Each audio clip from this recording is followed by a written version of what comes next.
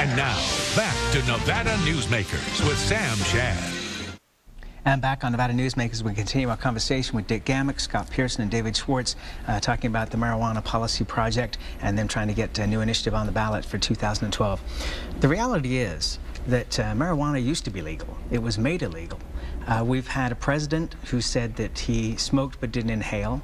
We have a current president that has done drugs as well and put it in his book, his first book.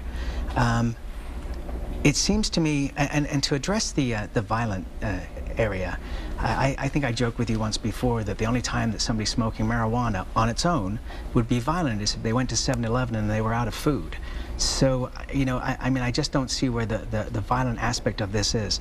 Also, it seems to me that we see from the drug wars that, you know, it has not been effective in this country. If the drug wars had been effective in this country, then we wouldn't have a drug problem. We have not only a huge drug problem with illegal drugs, but now we have a huge problem with prescription drugs.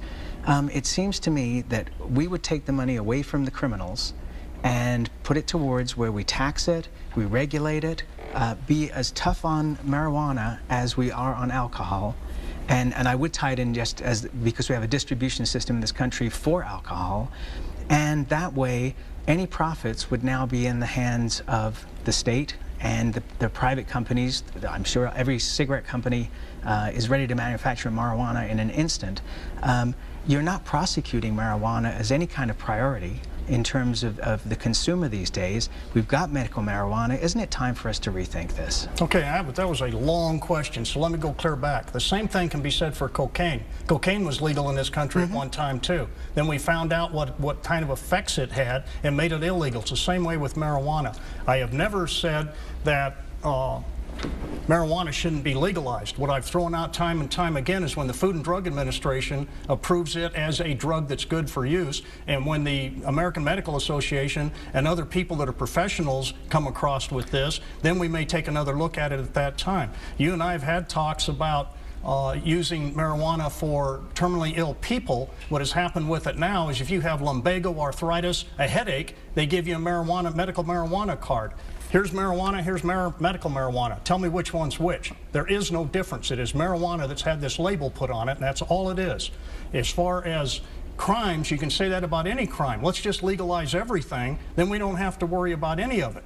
And I do not agree with that philosophy whatsoever. I have never said we're winning this drug war on any of the drugs. We aren't. That's plain and simple. We're doing everything we can. We're not winning it. We're spending billions of dollars. The only way we're going to win it, and unfortunately the federal government backed off this, thank God our local agencies didn't, is through education. That's the only way we're ever going to win this. What do drugs do to your body? Look what we've been able to do with tobacco over the last few years on educating people as to the adverse effects of their bodies. I couldn't agree with you more. That's what I'm saying. Is take that card system has been quite helpful.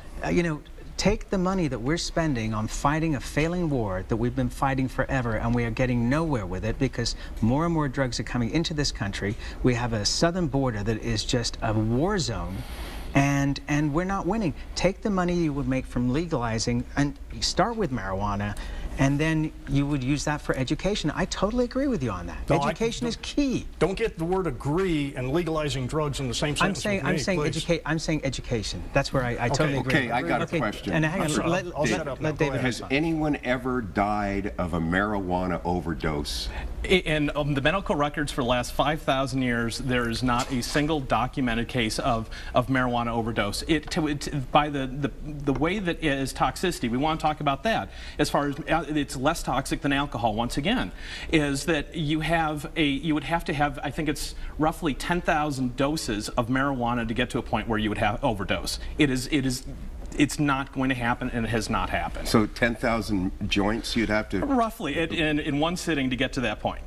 Scott, you want to jump in here? Well, I think the comparison with alcohol, the comparison in talking about marijuana, we're not talking about taking it away from the cancer patients. We have that in Nevada. We're not talking about taking people who use it out of prisons and jails. We've already done that.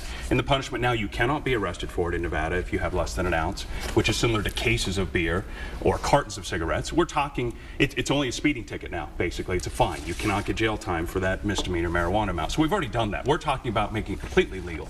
And the problem we're already seeing, the most recent study out of the University of Michigan, they've been studying it since the 70s, is that it is increasing the use in children. We certainly can all agree that we don't want more children using marijuana. And just this debate about legalization is increasing the usage, because they do a correlation between, do the kids associate it with something that's bad for you or something that's not?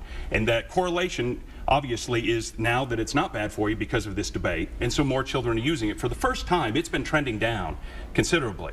And I think the better analogy is not alcohol, it's cigarettes. Because why have we cracked down on cigarettes such that Joe Camel can't be used in advertising? They can't have the Winston cup anymore. Because the collateral consequences, the collateral costs. You can't do it in airplanes. You can't have it in restaurants now. Well, marijuana is the same. 4 marijuana cigarettes or joints is similar to 20 cigarettes to your lungs and to the cancer-causing problem. So that really isn't true. I get all my stats from the AMA. It is. That's what and I just printed it and checked it yesterday, Sam. Somebody smoking 20 cigarettes a day. Right. Versus somebody smoking a joint where they might take, they're not smoking 4 joints a day. If somebody's smoking a joint a day, a whole joint, that means that that will be over a lengthy period of time, because you can't smoke a whole joint. You're going to be asleep before you do that, or you're going to be in the refrigerator before you. I'm just trying to bring a sense of reality to this discussion. You're already saying that it's basically legal now. All it doesn't have is the stamp, and I think, from my perspective, I'm not so much comparing it to alcohol, but saying we are spending so much on these drug wars and we are losing. You can't go to a national forest and be safe because you're going to come across an encampment that's growing marijuana where there are armed people from other countries guarding that marijuana. I just think we need some common sense into this area.